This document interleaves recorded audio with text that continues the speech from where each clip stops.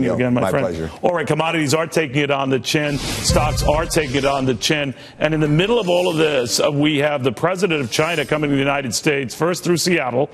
Talk about a place where you can get caffeinated very, very quickly, to sort of preach to a choir that includes high-tech CEOs. Ironically, the very high-tech CEOs who've been compromised or seen their data cyber attacked by the Chinese. So it is a little bit weird, and certainly weird to cyber expert Paul Viollis on what those tech CEOs are doing there. You know, Paul, I was reading the list of those there.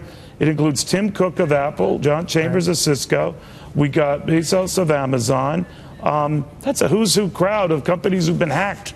You know, Neil, this makes absolutely no sense. I mean, just when I think I've seen it all, then I see this makes absolutely no sense. We're coming on the heels of OPM getting hacked. The greatest intelligence minds in America are all pointing the fingers at the Chinese, and now we want to play host to this guy. I simply don't understand that.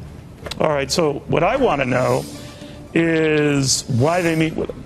Now, I guess better to meet with him and talk to him about this on paper than not to, but I mean, this is something that happens with a regularity that goes beyond the pale. It does. And it has hurt their business. It has hurt their credibility. In Apple's case, when you have, 24 or so compromised apps in your vaunted app site, you've got problems. Exactly. You've got 39 apps that we know of were hacked.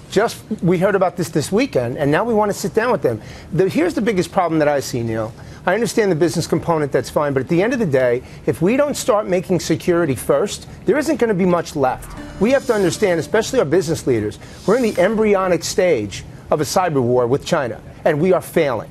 And that's the bottom line. Take it or leave it, that's the truth. And we need to ratchet this thing up, and we need to get our heads out of the sand before it's too late.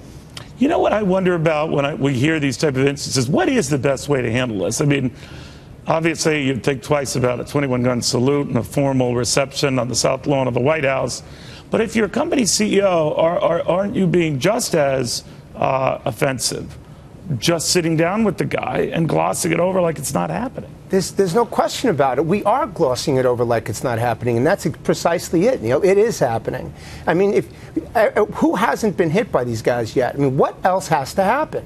We're not, as far as what we're not doing, we're not handling our businesses right with respect to preemptive protection, and we're clearly not doing the right thing with respect to protecting government information. And now we want to hold a state dinner for him, spend all that money for his protection, and then invite him into our top tech companies. Makes no sense whatsoever. Yeah, it is weird.